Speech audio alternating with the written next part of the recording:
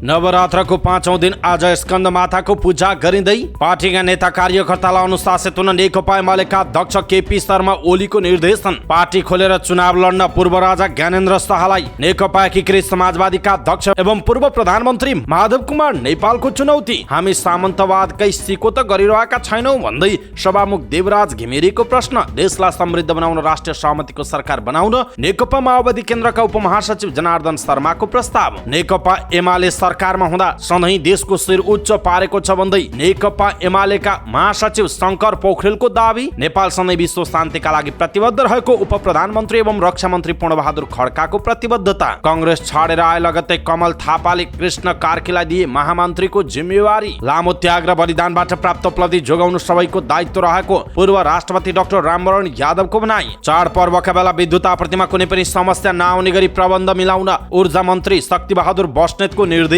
कोशी प्रदेशका मुख्यमन्त्री केदार कार्कीले पाए विश्वासको मत। कोशीमा अब सहमतिको सरकार बन्ने मुख्यमन्त्री कार्कीको जिकिर। कोशी सरकारबाट एमाले जति सक्दो छिटो बाहिरिनु पर्ने नेकपा माओवादी केन्द्रका संसदीय दलका नेता इन्द्रबहादुर आङ्बोको टिप्पणी। अस्पताल विकास समिति खारेज गर्ने लुम्बिनी प्रदेश सरकारको निर्णय। कर्णाली सरकारको प्रगति विवरण। मुख्यमन्त्रीको स्विजरल्यान्ड भ्रमण। कर्मचारीलाई तालिम। इजरायलबाट धेरै नेपाली फर्कनै नचाहेको इजरायलको तेल अभिव स्थित नेपाली दूतावासको जानकारी। सशस्त्र प्रहरीको पम्पबाटै कम परिमाणमा डिजेल बिक्री भएको खुलासा। 5 लिटर पेट्रोल भर्दा 20 मिलिलिटर सम्म पेट्रोल कम भएको भेटियो। पेट्रोल पम्पमा तौलभन्दा कम डिजेल झरेको भेटिएपछि एपीएफ भन्छ यो प्राविधिक समस्या हो। नेपाल एयरलाइन्सले तिर्यो जहाज किन्दा लिएको ऋणको असोजसम्मको किस्ता। नेपाल वायु सेवा निगमका सबै जहाज सञ्चालनमा। कार्तिक 17 र 18 गते बालबालिकालाई भिटामिन ए क्याप्सुल खुवाइँदै सप्तरीको डाक्नेश्वरी नगरपालिकाका मेयर 6 घण्टादेखि कार्यालयमै घेराबन्दी। पत्रकार महासंघ रौतहटका अध्यक्षद्वारा एमाले नेत्रीमाथि कुटपिट। बाबु छोरामाथि मुद्दा दायर। नेपालले 5 महिनामा भारतलाई बेच्यो 11 अर्ब 80 करोडको बिजुली। भारतले नेपालका लागि कोटा तोकेर चामल निर्यात खोल्यो। नेपालले 95,000 टन चामल आयात गर्न पाउने। 1 लाख रुपैयाँ लुटेर भागेका 2 युवक दाङमा पक्राउ। दाङमा मोटरसाइकल दुर्घटना हुँदा 1 जनाको ज्यान गयो।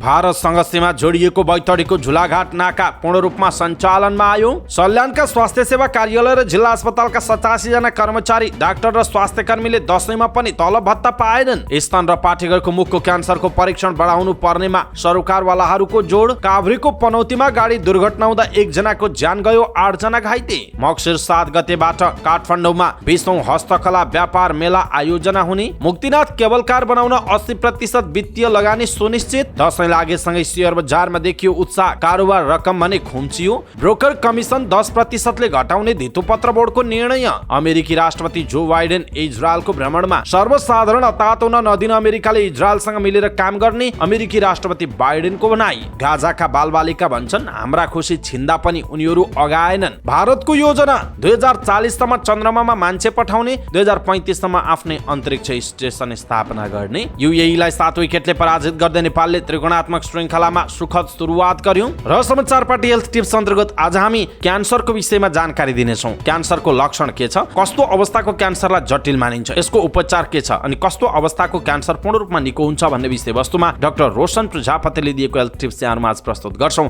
हामीलाई अन्तिमसम्म हेर्नुहोला।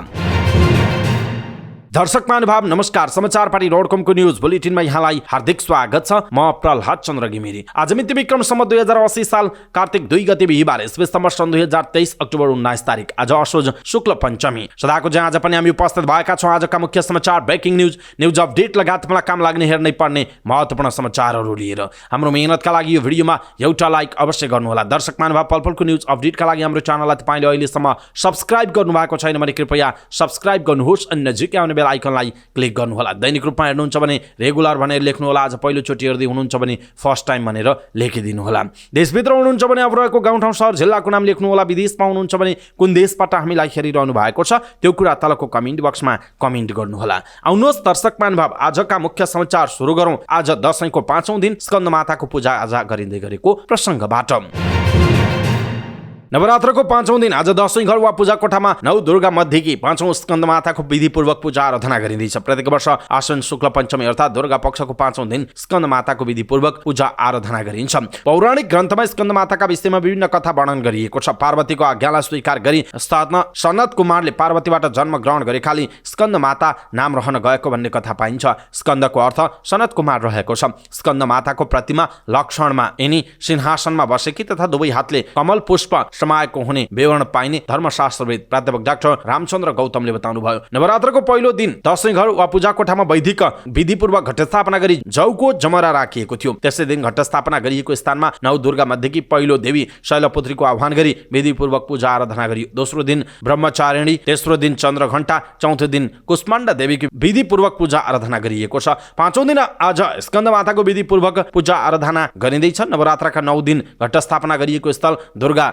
सप्तशती, चण्डी, श्रीमद् देवी भागवत लगायत देवी स्तोत्र पाठ समेत गरिन्छ। नवरात्रका अवसरमा देवीको आराधना गरी पूजा गरेमा शक्ति, ऐश्वर्य, विद्या प्राप्त हुने धार्मिक विश्वास छ। यसै आधारमा वैदिक सनातन धर्मावलम्बीहरूले प्रत्येक वर्ष आश्विन शुक्ल प्रतिपदादेखि नवमीसम्म दुर्गा देवीको विशेष आराधना गर्छन्। 9 दिनसम्म पूजा आराधना गरेको प्रसाद विजया दशमीदेखि कोजाग्रत पूर्णिमाका दिनसम्म लगाइन्छ। यसरी 15 दिनसम्म नेपालीले बडा दशैं पर्व मनाउने गर्दछन्। यसैबीच नवरात्रमा देशभरका शक्तिपीठहरूमा पूजा आराधना एवं दर्शन गर्ने भक्तजनहरूको भिड लागेको छ। दर्शक महानुभाव, नवरात्रको 5औं दिन आज स्कन्द माताको पूजा गरिँदै गरेको छ।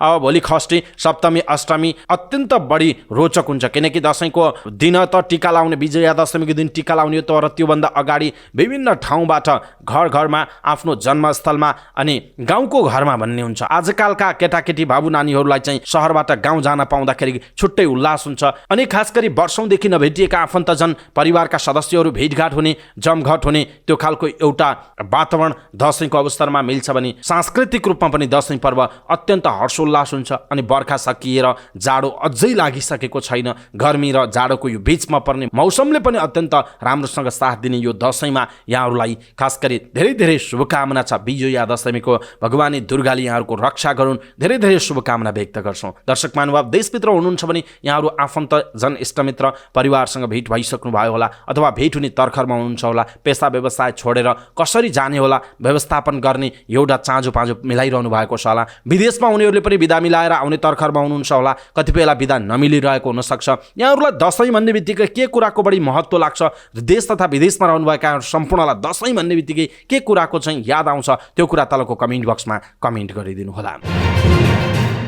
अब बाँकी समाचार। नेकपा एमालेका अध्यक्ष केपी शर्मा ओलीले पार्टीका नेता कार्यकर्तालाई अनुशासित हुन निर्देशन दिनुभएको छ। पार्टी सदस्यता लिएकै भोलिपल्ट माथिल्लो पदमा पुग्ने जस्ता अशृङ्खल र अराजक गतिविधि भइरहेको उल्लेख गर्दै अध्यक्ष ओलीले पार्टीका नेता कार्यकर्ताले अनुशासन पालना गरेर अगाडि बढ्नुपर्ने बताउनु भएको हो। पार्टी निकट नेपाल राष्ट्रिय भूतपूर्व सैनिक तथा प्रहरी सङ्गठनले काठमाडौँमा गरेको दशैं तिहार लगायतका चाडपर्वको अवसर पारेर आयोजना गरेको शुभकामना आदान प्रदान कार्यक्रममा बोल्दै उहाँले पार्टीभित्र आफूलाई केही देखाउनका लागि अनुशासनहीनताको सहारा लिने, उशृङ्खलताको सहारा लिने प्रवृत्ति बढिराखेको उल्लेख गर्दै त्यसलाई नियन्त्रण गरेर अगाडि बढ्ने उहाँले बताउनु भएको छ। ओलीले देशमा समाजमा अराजकता फैलिएकाले त्यसलाई नियन्त्रण गर्न र अनुशासनको पाठ सिकाउने काममा भूतपूर्व सैनिक तथा प्रहरीहरूको भूमिका महत्त्वपूर्ण हुने समेत बताउनु भएको छ। अध्यक्ष ओलीले मुलुकमा समस्याहरू रहेकाले त्यसको समाधानका लागि एमाले क्रियाशील भइरहेको दाबी समेत गर्नुभयो। एमालेले मुलुकको समस्या समाधानका लागि सिङ्गो शक्तिलाई परिचालन गरिरहेको उहाँको जिकिर रहेको छ। दर्शक महानुभाव, नेकपा एमालेका अध्यक्ष केपी शर्मा ओलीको भनाइप्रति तपाईको धारणा के छ? आफ्नो धारणा तलको कमेन्ट बक्समा कमेन्ट गर्नुहोला। नेकपा एकीकृत समाजवादीका अध्यक्ष एवं पूर्व प्रधानमन्त्री माधव कुँवर नेपालले पूर्व राजा ज्ञानेन्द्र शाहलाई पार्टी बनाएर चुनावमा लड्न चुनौती दिनुभएको छ। भक्तपुरमा आयोजित एक कार्यक्रमलाई सम्बोधन गर्दै उहाँले यस्तो बताउनु भएको हो। उहाँले आफू त्याग, तपस्या र बलिदान गरेको व्यक्ति हो र जनताको साथ छ भन्ने लाग्छ भने पार्टी खोलेर वा पुरानै पार्टीबाट चुनाव लडेर देखाउन चुनौती दिनुभयो। उहाँले प्रतिगमनको दिशामा देशलाई लैजान खोज्ने कुनै पनि कार्य स्वीकार्य नहुने बताउनुभयो। उहाँले कुनै वंशको शासन नेपालमा नेपाली जनतालाई स्वीकार्य नरहेको भन्दै भक्तपुर र झापाका जनताले यस बारेमा सोच्नु पर्ने बताउनु भएको छ। अध्यक्ष नेपालले जनताले सक्कली र नक्कली कुराको पहिचान गर्न सक्नुपर्ने बताउनु भयो। उहाँले गठबन्धन भत्काउने कोसिस कुनै पनि हालतमा सफल नहुने बताउनु भएको छ। सभामुख देवराज घिमिरेले उच्च तहका नेता र पदाधिकारी बोलाएर कार्यक्रमको उद्घाटन गर्नु सामन्तवादकै सिको भएको बताउनु भएको छ। काठमाडौँमा फोटो पत्रकार केशव राज थोकरद्वारा लिखित पुस्तक लाइफ इन पेन्डामिकको लोकार्पण कार्यक्रमलाई सम्बोधन गर्दै उहाँले यस्तो बताउनु भयो। उहाँले उच्च तहका नेता र नेतृत्वमा रहेका व्यक्तिहरूलाई बोलाएर कार्यक्रम उद्घाटन गर्ने परम्परा हटाउन जरुरी रहेको बताउनु भयो। उहाँले पुस्तक विमोचन कार्यक्रममा साहित्यकार वा पत्रकारितामा जीवन बिताउनु भएका लेखकको पुस्तक भएकाले पत्रकार हुनु नै प्रमुख अतिथि बनाउन योग्य हुने उहाँको भनाइ छ। राजतन्त्र हुँदा राजा वा राजाका परिवारहरू विभिन्न ठाउँमा उद्घाटन शिलान्यास लगायतका कार्यक्रम हुने भन्दै अहिले पनि सोही कुरालाई निरन्तरता दिनु सामन्तवादकै सिको भएको उहाँले बताउनु भएको छ। सभामुख घिमिरेले पुस्तक विमोचन कार्यक्रमको प्रमुख अतिथि पत्रकार वा साहित्यकार बनाएको भए व्यवहारिक हुने बताउनु भयो। दर्शक महानुभाव, सभामुख देवराज घिमिरेको भनाइप्रति तपाईँको धारणा के छ? आफ्नो धारणा तलको कमेन्ट बक्समा कमेन्ट गर्नुहोला। नेकपा माओवादी केन्द्रका उपमहासचिव जनार्दन शर्माले राष्ट्रिय सहमतिको सरकार बनाउनु पर्ने बताउनु भएको छ। नेकपा माओवादी केन्द्र काठमाडौँ महानगर कमिटी वडा नम्बर 16 ले दशैंको अवसरमा आयोजना गरेको शुभकामना तथा चियापान समारोहलाई सम्बोधन गर्दै उपमहासचिव शर्माले राष्ट्रिय सहमतिको सरकार बनाउनु पर्ने बताउनु भएको हो। उहाँले पार्टीहरूका बीचमा प्रतिस्पर्धामा चुनाव गर्नुपर्ने र चुनावपछि राष्ट्रिय सहमतिको सरकार बनाउनु पर्ने उहाँले बताउनु भयो। उहाँले सरकारको नेतृत्वमा भाग लगाएर लिने गर्नाले सरकारको काममा गति नआएको उहाँले बताउनु भयो। दलहरूका बीचमा आपसी गालीगलौजलाई अन्त्य गर्दै सहमतिको मन्त्रीमण्डल बनाएर काम गर्नुपर्ने उहाँले बताउनु भयो। सहमतिको सरकार बनाउन सकेमा मात्र ठूलो परियोजनाका काम गर्न सकिने र देशलाई समृद्ध बनाउन सकिने उहाँको भनाइरहेको छ। उपमहासचिव शर्माले माओवादी केन्द्र आगामी चुनावमा कसैसँग गठबन्धन नगर्ने बताउनु भयो। उहाँले माओवादी केन्द्र एक्लै चुनाव लड्ने स्पष्ट पार्नु भयो। उहाँले पार्टीलाई एक्लै प्रतिस्पर्धा गर्ने हैसियतमा पुर्याइने पनि बताउनु भएको छ। उहाँले प्रदेश सरकारलाई छिटोभन्दा छिटो अधिकार हस्तान्तरण गरेर प्रदेश सरकारलाई बलियो बनाउनु पर्ने आवश्यकता ल्याउनु भएको छ। उहाँले स्थानीय सरकारलाई पनि साधन स्रोत थप गरेर अझै बलियो बनाउनु पर्ने आवश्यकता ल्याउनु भयो। उपमहासचिव शर्माले प्रदेश सरकारमा मुख्यमन्त्री सहित 5 सदस्यीय मात्र मन्त्रीमण्डल बनाउनु पर्ने बताउनु भएको छ। प्रदेश सरकारका मातहतका संरचनालाई पनि कम गर्नुपर्नेमा उहाँले जोड दिनुभयो। नेकपा एमालेका महासचिव शङ्कर पोखरेलले एमालेमाथि अहिले चौतर्फी घेराबन्दी र आक्रमण भइरहेको बताउनु भएको छ। दशैंको शुभकामना कार्यक्रमलाई सम्बोधन गर्दै उहाँले एमालेलाई बलियो राष्ट्रिय शक्तिको रूपमा स्थापित गर्ने सङ्कल्पसहित आफूहरू अगाडि बढेको बताउनु भयो। उहाँले भन्नुभयो, हामीले सङ्कल्प गरेका छौँ एमालेलाई बलियो राष्ट्रिय शक्तिका रूपमा स्थापित गर्नुपर्छ, त्यसको जगमा राष्ट्र निर्माणको काममा अगाडि बढ्नुपर्छ भनेर हामीले लागिरहेका छौँ। मुलुकको राष्ट्रियताको पक्षमा एमाले र केपी ओली त्यसको नेतृत्वकर्ता हुनुहुन्छ। एमाले सरकारमा हुँदा हामीले देशको शिरलाई उच्चो पारेका छौँ उहाँको भनाइ छ। प्रतिपक्षमा हुँदा पनि देशको हितको पक्षमा सबैभन्दा जिम्मेवार पार्टीको रूपमा एमाले रहेको उहाँले जिकिर गर्नुभयो। उपप्रधानमन्त्री तथा रक्षा मन्त्री पूर्णबहादुर खड्काले नेपाल विश्व शान्तिका लागि प्रतिबद्ध रहेको बताउनु भयो। संयुक्त राष्ट्र संघ दिवसका अवसरमा नेपाली सेनाले बुधबार गरेको कार्यक्रमलाई सम्बोधन गर्दै उपप्रधानमन्त्री खड्काले नयाँ चुनौतीहरूको उदयसँगै विश्वव्यापी रूपमा नागरिकहरूको संवेदनशीलता बढेको पनि बताउनु भयो। संयुक्त राष्ट्र संघीय शान्ति स्थापनाको विश्वास र वैधता कायम राख्न नयाँ र जटिल चुनौतीका बीच कसरी शान्ति सुनिश्चित गर्ने भन्ने विषयमा पुनर्विचार गर्न आवश्यक देखिएको पनि उपप्रधानमन्त्री खड्काले धारणा व्यक्त गर्नुभयो। काठमाडौँमा आयोजित कार्यक्रममा उपप्रधानमन्त्री खड्काले नेपाल संयुक्त राष्ट्र संघको बडापत्रको दृष्टिकोण, लक्ष्य र उद्देश्यप्रति प्रतिबद्ध रहेको उल्लेख समेत गर्नुभएको छ। संयुक्त राष्ट्र संघ दिवस 2023 को उपलक्ष्यमा शान्ति मबाट सुरु हुन्छ भन्ने मूल नाराका साथ मनाइँदैछ। उपप्रधानमन्त्री खड्काले संयुक्त राष्ट्र संघको बडापत्रको आदर्श र विश्व शान्तिको महान उद्देश्यप्रति नेपालको प्रतिबद्धता स्मरण गराउनु भएको छ। निशस्त्रीकरण र विश्व शान्तिलाई बढावा दिने र द्वन्द्वको शान्तिपूर्ण समाधानका लागि आह्वान गर्ने अन्तर्राष्ट्रिय सन्धि सम्झौताहरूमा नेपालका प्रतिबद्धताहरू अभिव्यक्त भएको उल्लेख गर्दै उपप्रधानमन्त्री खड्काले संयुक्त राष्ट्र संघको शान्ति स्थापना कार्यमा नेपाली शान्ति सैनिकलाई निरन्तर खटाएर योगदान गरिरहेको पनि उहाँले बताउनु भएको छ। संयुक्त राष्ट्र संघले विश्वको शान्ति, प्रगति र समृद्धिका लागि अथक प्रयास गर्दै आएको कुरा नेपालले सदैव स्वीकार गरेको पनि उहाँले बताउनु भएको छ। उहाँले विश्व समुदायको एक सदस्यको हैसियतले नेपाल पनि यी प्रयासमा सक्दो योगदान गर्न सधैँ प्रतिबद्ध रहेको उल्लेख समेत गर्नुभएको छ। नेपाली कांग्रेस परित्याग गरेर कास्कीका नेता कृष्ण कार्की राप्रपा नेपाल प्रवेश गर्नुभएको छ। कार्कीलाई राप्रपा नेपालका अध्यक्ष कमल थापाले पार्टीमा स्वागत गर्नुभयो। कांग्रेस छोडेर आफ्नो पार्टी रोज्नुभएका कार्कीलाई महामन्त्रीको जिम्मेवारी दिएको अध्यक्ष थापाले बताउनुभयो। कार्कीको प्रवेशले राप्रपा नेपाललाई देशको अग्रणी शक्ति बनाउने अभियानमा महत्त्वपूर्ण योगदान पुग्ने उहाँले विश्वास समेत व्यक्त गर्नुभएको छ।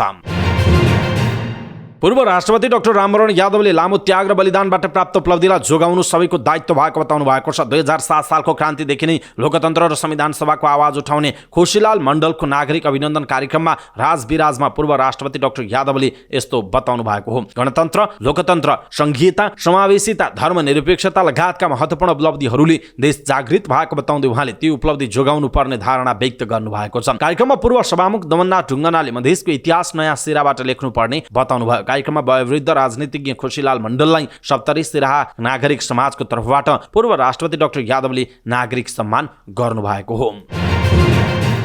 ऊर्जा जलस्रोत तथा सिंचाई मन्त्री शक्तिबहादुर बस्नेतले दशैं तिहार नेपालसम्म छठ जस्ता चाडपर्वमा कुनै पनि समस्या नआउने गरी विद्युत आपूर्तिको व्यवस्था र प्रबन्ध गर्न नेपाल विद्युत प्राधिकरणलाई निर्देशन दिनुभएको छ। सिंहदरबार स्थित मन्त्रालयमा प्राधिकरणका कार्यकारी निर्देशक कुलमान घिसिङ, उपकार्यकारी निर्देशक मनोज सिलवाल, भार प्रेषण केन्द्रका प्रमुख सुरेश बहादुर भट्टराई लगायत काठमाडौँ उपत्यकाभित्रका वितरण केन्द्र प्रमुखहरूलाई मन्त्री बस्नेतले कुनै एउटा घरबाट पनि गुनासो नआउने गरी सहज रूपमा नागरिकले विद्युत पाउने प्रबन्ध गर्न निर्देशन दिनुभयो। कुनै पनि नागरिकले गुनासो गर्ने अवस्था नआओस्। वर्ष दिनभरि राम्रो काम गरे पनि चाड पर्वको समयमा एकाध मिनेट समस्या ल्याउँदा त्यसले राम्रो गर्दैन, काम नगरी सरह नै हुन्छ। त्यसकारण जिम्मेवार भएर 24 घण्टा सेवामा क्रियाशील हुनुहोस्, पूर्ण रूपमा जिम्मेवार भएर काम गर्नुहोस्, मन्त्री बस्नेतले भन्नुभएको छ। चाड पर्वको समयमा उद्योग प्रतिष्ठानलाई पनि बढीभन्दा बढी बिजुली उपलब्ध गराउन निर्देशन दिँदै मन्त्री बस्नेतले बिजुली खेर नजाने वातावरण बनाउन समेत निर्देशन दिनुभयो। चाड पर्वमा उद्योग प्रतिष्ठान, होटल व्यवसाय तथा व्यापारिक प्रतिष्ठानमा बिजुलीको माग कम हुने भएकाले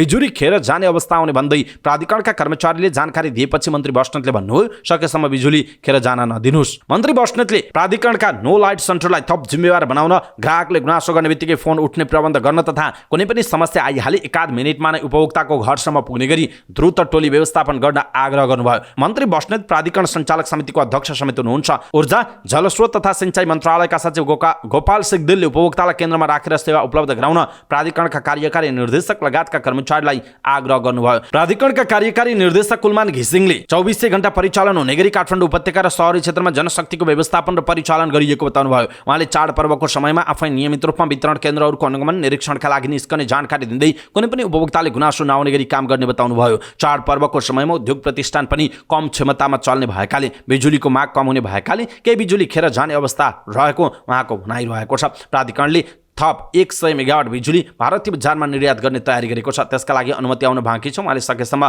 कुनै पनि स्थानमा समस्या आउन नदिने गरी प्राविधिक तयारी गरिएको जानकारी दिँदै देशभरका कर्मचारीलाई चाडपर्व भनेर छुट नदिएको उहाँले बताउनु भएको छ। कोशी प्रदेशका मुख्यमन्त्री केदार कार्कीले विश्वासको मत पाउनु भएको छ। प्रदेश सभामा भएको मतदानमा कार्कीको पक्षमा 86 मत परेको छ भने विपक्षमा 5 मत मात्र खसेको छ। राप्रपा बाहेक प्रदेश सभामा भएका सबै दलले कार्कीलाई मत दिएका छन्। मतदानमा 93 प्रदेश सभा सदस्य मध्ये 91 जना सहभागी रहेका थिए। संविधानको धारा 168(5) अनुसार सरकार गठनका क्रममा नेपाली कांग्रेसका प्रदेश सभा सदस्य कार्कीले आफ्नो दलका 8 र नेकपा एमालेका 39 प्रदेश सभा सदस्यको समर्थन जुटाएर दाबी गर्नुभएको हो। समर्थनकर्ताहरूले हस्ताक्षर शनाखत गरेपछि कार्की 27 अजोजमा मुख्यमन्त्री नियुक्त हुनुभएको हो। नेपाली कांग्रेसका नेता डाक्टर शेखर कोइरालाले सत्ता गठबन्धनमा दृढ रहने सहमति गरेपछि भने सत्ता गठबन्धनका दलहरूले पनि उहाँलाई समर्थन गर्ने निर्णय गरेको जनाइएको छ। कोशी प्रदेशका मुख्यमन्त्री केदार कार्कीले प्रदेशमा सहमतिको सरकार बन्ने बताउनु भएको छ। प्रदेश सभामा विश्वासको मत लिएपछि पत्रकारहरूसँग कुराकानी गर्दै मुख्यमन्त्री कार्कीले सहमतिको सरकार गठनका लागि अधिकतम प्रयास हुने बताउनु भएको छ। सहमतीय सरकारका लागि अधिकतम प्रयास हुन्छ, यसका लागि संवाद र सहकार्य हुन्छ उहाँले भन्नुभएको छ। मुख्यमन्त्री कार्कीलाई सत्तारूढ गठबन्धनमा रहेका नेपाली कांग्रेस, नेकपा माओवादी केन्द्र, नेकपा एकीकृत समाजवादी र जनता समाजवादी पार्टीका साथै गठबन्धनमा नरहेको नेकपा एमाले पनि विश्वासको मत दिएको छ। मुख्यमन्त्री कार्कीले मन्त्री परिषदमा नेकपा एमालेका राम राणा र नेपाली कांग्रेसका शमशेर राईलाई सहभागी गराउनु भएको छ भने अझै 6 जना मन्त्री चयन गर्न बाँकी छ। सत्तारूढ गठबन्धनका शीर्ष नेताले कोशीमा एमाले भएको सरकार बनाउने अभिव्यक्ति दिइरहेका बेला मुख्यमन्त्री कार्कीले एमाले सहितको सरकार बनाउने आशय व्यक्त गर्नुभयो। उहाँले सबै दलको साझा बन्ने प्रयास हुने बताउनु भएको छ। उहाँले आपसी संवादपछि जतिसक्दो छिटो मन्त्री परिषद विस्तार गर्ने पनि बताउनु भएको छ। नेकपा माओवादी केन्द्रका कोशी प्रदेश सभा संसदीय दलका नेता इन्द्रबहादुर आङबोली कोशी सरकारबाट एमाले चाँडै बाहिरिनुपर्ने बताउनु भएको छ। मुख्यमन्त्री केदार कार्कीले विश्वासको मत लिएपछि प्रदेश सभा बाहिर पत्रकारहरूसँग कुराकानी गर्दै आङबोली एमाले गठबन्धनको कमजोरी र सरकार गठन सम्बन्धी संविधानको व्यवस्थामा टेकेर सरकारमा पुगेको बताउनुभयो। त्यसैले एमाले चाँडोभन्दा चाँडो सरकारबाट बाहिरिएर आफ्नो नैतिकता प्रदर्शन गरोस् उहाँको भनाइ छ। मुख्यमन्त्री केदार कार्की कांग्रेस सांसद भएर पनि गठबन्धनको भावना आत्मसात नगरेको भन्दै उहाँले आफूले गठबन्धनको भावना अनुसार विश्वासको मत दिएको बताउनुभयो। माओवादी केन्द्र एमाले नेतृत्वको सरकारमा रहँदा अहिलेका मुख्यमन्त्री कार्कीले सत्ता गठबन्धनको भावना अनुसार सरकारबाट बाहिरिन आफूहरूलाई आग्रह गरेको नेता आङमोली स्मरण पनि गर्नुभएको छ। लुम्बिनी प्रदेश सरकारले अस्पताल विकास समिति खारेज गर्ने निर्णय गरेको छ। बुधबार बसेको मन्त्री परिषद बैठकले प्रदेश सरकार अन्तर्गतका 13वटा अस्पतालका अस्पताल विकास समिति गठन आदेशहरू खारेज गर्ने निर्णय गरेको सरकारका प्रवक्ता एवं गृहमन्त्री सन्तोष कुमार पाण्डेले जानकारी दिनुभएको छ। बैठकले अस्पताल विकास समिति गठन तथा सञ्चालन नियमावली 2080 स्वीकृत गरेको छ। त्यसैगरी स्वास्थ्य संस्था स्थापना, सञ्चालन, नवीकरण तथा स्तरोन्नति चौथो संशोधन नियमावली 2080 स्वीकृत गरेको प्रवक्ता पाण्डेले बताउनु भएको छ। मन्त्री परिषद बैठकले सिकल सेल, थ्यालेसेमिया र हेमोफिलियाका बिरामीका परिवारलाई निशुल्क बीमा कार्यक्रम सञ्चालन कार्यविधि 2080, आँखाको नानी निशुल्क प्रत्यारोपण, कर्निया ट्रान्सप्लान्टेसन, शोध भर्ना सम्बन्धी कार्यविधि 2080 स्वीकृत गरेको छ। यस्तै 40 वर्षभन्दा माथिका लागि नसर्ने मधुमेह, उच्च रक्तचाप र मृगोला रोग स्क्रिनिङ कार्यक्रम सञ्चालन कार्यविधि 2080 तथा ज्येष्ठ नागरिक तथा अति सक्त नागरिकसँग स्वास्थ्य कर्मी कार्यक्रम सञ्चालन कार्यविधि 2080 स्वीकृत गर्ने निर्णय गरेको पाण्डेले बताउनुभयो। कर्णाली प्रदेशका मुख्यमन्त्री राजकुमार शर्माले आफ्नो 3 महिने कार्य प्रगति सार्वजनिक गर्नुभएको छ। उहाँले 44 मुद्दामा सार्वजनिक गरेको त्रैमासिक कार्य प्रगतिमा 508 जना कर्मचारी र जनप्रतिनिधिका लागि तालिम गोष्ठी सञ्चालन गरेको पनि उल्लेख गर्नुभएको छ। शहीद परिवारलाई सम्मान, कर्मचारीलाई पुरस्कार वितरण, लगानी सम्मेलनको तयारी, आफ्नो स्विजरल्यान्ड भ्रमणलाई पनि मुख्यमन्त्री शर्माले कार्य प्रगतिमा राख्नुभयो। आर्थिक वर्ष 2080-81 को नीति तथा कार्यक्रम र बजेटमा वार्षिक 10,000 जनालाई रोजगारी दिने उद्देश्यले कर्णाली समृद्धि अभियान सञ्चालन गर्ने घोषणा गर्नुभएका मुख्यमन्त्री शर्माले उक्त अभियानबारे प्रगति विवरणमा उल्लेख गर्नुभएको छैन। समृद्ध कर्णाली, सुखारी कर्णालीवासी, दीर्घकालीन सोचसहित आर्थिक सम्पन्नता, सामाजिक न्याय, गरिबी निवारण, रोजगारी सृजना र उत्पादनलाई प्राथमिकता दिने नीति तथा कार्यक्रम ल्याएको शर्मा सरकारले आफ्नो नीति पछ्याउन सकेको छैन। सरकारबाट हुने नियमित प्रशासनिक काम, तालिम गोष्ठी, सेमिनार, मस्यौदा तयार लगायतका कामले 3 महिने प्रगति विवरणको अधिकांश हिस्सा ओगटेको छ। साउन 1 गतेदेखि बजेट कार्यान्वयन गरेर ल्याएको प्रदेश सरकारको भौतिक प्रगति कमजोर छ।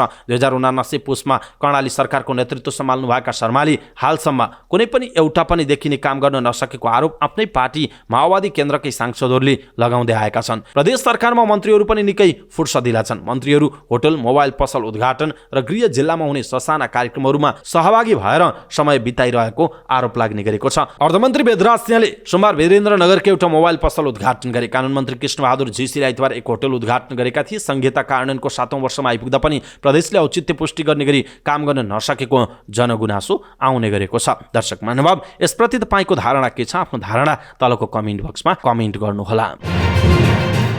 प्यालेस्टाइनी समूह हमाससँगको युद्धबाट ग्रस्त इजरायलमा रहेका धेरै नेपालीले स्वदेश फर्कन अस्वीकार गरेका छन्। इजरायलको तेल अभिव स्थित नेपाली राजदूतावासका अनुसार आक्रमणको सुरुवाती समयमा अनलाइन नाम दर्ता गराएका नेपालीहरू पुनः सम्पर्कमा आउन छोडेका छन्। दूतावासका प्रथम सचिव अर्जुन घिमिरेका अनुसार मंगलबार भारतले आफ्नो उद्धार विमानमा नेपालीका लागि 20 वटा सिट उपलब्ध गराए पनि 18 जना मात्रै सम्पर्कमा आएका थिए। हामीलाई छिमेकी मुलुक भारतको उद्धार विमानमा दिइएको सिट पनि भर्न सकेनौं। हामीलाई 20 वटा सिटको व्यवस्था भएको थियो। सबैलाई सूचना गर्दा पनि 18 जना मात्रै जान तयार हुनुभयो। यसले पनि नेपाल फर्कन चाहेका नागरिकहरूको मनस्थिति बदलिएको देखिन्छ। प्रथम सचिव घिमिरेले भन्नुभएको छ।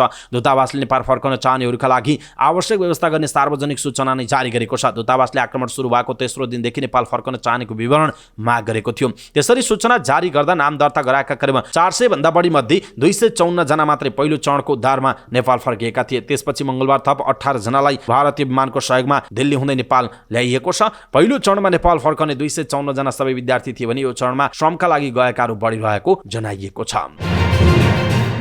केन्द्रीय अनुगमन टोलीले काठमाडौँका थप 2 वटा पेट्रोल पम्प सिल गरेको छ। मंगलबार मात्रै अनुगमनका क्रममा उपभोक्तालाई कम मात्रामा पेट्रोल बिक्री गरेको भन्दै गैरी गाउँको भ्याली बाबा सप्लायर्समा सिल गरिएको हो। बुधबार गरिएको अनुगमनका क्रममा सोही प्रकृतिको ठगी गरेर उपभोक्तालाई कम परिमाणमा डिजेल दिएको भन्दै सशस्त्र प्रहरी बलले सञ्चालन गरेको स्वयम्भू स्थित हलचुक फ्युल सेन्टर पम्प र कलङ्गीको श्यामा पेट्रोल पम्पमा सिल गरिएको प्रधानमन्त्री कार्यालयको हेलो सरकारबाट अनुगमनमा खटिएका प्रधुम्न उपाध्यायले बताउनु भएको छ। उपभोक्तालाई कम मात्रामा डिजेल बिक्री गर्ने 2 वटा पम्प सिल गरिएका छौं। उपाध्यायले भन्नुभएको छ। सशस्त्र प्रहरीको पम्पबाटै कम मात्रामा डिजेल बिक्री गरिने गरेको पत्ता लागेको छ। कलङ्कीको श्यामा पेट्रोल पम्प पनि सिल गरेका छौं। थप अनुसन्धान हुँदैछ उहाँको भनाइ छ।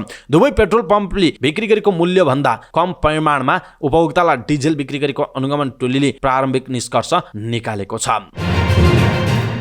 यसैबीच सशस्त्र प्रहरी बल एफईएफ को हलचोक स्थित पेट्रोल पम्पमा एउटा नोजलले तौलभन्दा कम डिजेल झार्ने गरेको भेटिएको छ। केन्द्रीय अनुगमन टोलीको अनुगमनपछि उक्त नोजलबाट डिजेल वितरण रोकिएको छ। सशस्त्र प्रहरी बल एफईएफ का सहायक प्रवक्ता शैलेन्द्र थापाले भने प्राविधिक समस्याका कारण तौलभन्दा कम डिजेल झरेको बताउनु भएको छ। उहाँले अघिल्लो पटक तौलभन्दा बढी पेट्रोल झर्ने समस्या आएपछि नापतौल विभागबाट प्रतिनिधि बोलाएर समस्या समाधान गरिएको बताउनु भयो। डिजेलको सन्दर्भमा पनि भोलि नापतौल विभागबाट प्रतिनिधि बोलाएर समस्या समाधान गरिनेछ उहाँले भन्नुभएको छ। तौलको समस्या समाधान नहुँदासम्म उक्त नोजलबाट वितरण रोकिएको उहाँले बताउनु भएको छ। पेट्रोल पम्पहरूले तौलभन्दा कम परिमाणमा डिजेल पेट्रोल वितरण गर्ने गरेको गुनासो बढ्न थालेपछि केन्द्रीय अनुगमन टोली विभिन्न ठाउँमा अनुगमनका लागि निस्किएको छ।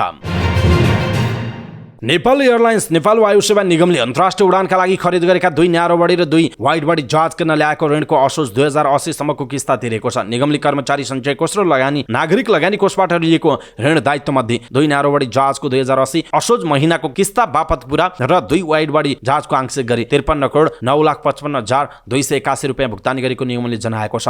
यसअघि निगमले 2079 असारदेखि 2080 असारसम्म 3,77,38,21,125 रुपियाँ किस्ता रकम भुक्तानी गरेको थियो। निगमको व्यापार विस्तार तथा आम्दानीमा विगत वर्षमा भन्दा सुधार हुँदै गएपछि नगद प्रवाहमा समेत सुधार आएको निगमका प्रवक्ता रमेश पौडेलले जानकारी दिनुभयो। यस बीचमा इन्जिन मर्मत खर्च, नियमित तथा आकस्मिक रूपमा हुने जहाज मर्मत सम्भार खर्च समेत बेहोरी विभिन्न निकायमा रहेका पुराना बक्यौता रकम समेत आफ्नै स्रोतबाट भुक्तानी गरी नियमित गरिएको पौडेलले जानकारी दिनुभएको छ। यसैबीच निगमले तत्कालीन आवश्यकतालाई मध्यनजर गर्दै दुर्गम क्षेत्रमा उडान भर्ने 3वटा साना जहाज आफ्नै आन्तरिक स्रोतबाट नियमअनुसार प्रक्रिया पूरा गरी निर्माता कम्पनीसँग खरिद गर्ने कार्ययोजना समेत अन्तिम चरणमा पुगेको निगमले जनाएको छ। निगमले नयाँ 3वटा जहाज खरिद गरे पश्चात नेपालका दुर्गम क्षेत्रमा अझै धेरै यात्रुहरूलाई सेवा दिन सकिने, पर्यटन प्रवर्धन हुने, निगमको उपस्थिति भाडादारमा सन्तुलन कायम हुने र निगमको सेवा प्रभावकारी हुने विश्वास कम्पनीको छ। यसबाट आफ्नो राष्ट्रिय उत्तरदायित्व समेत निर्वाह हुने निगमले जनाएको छ।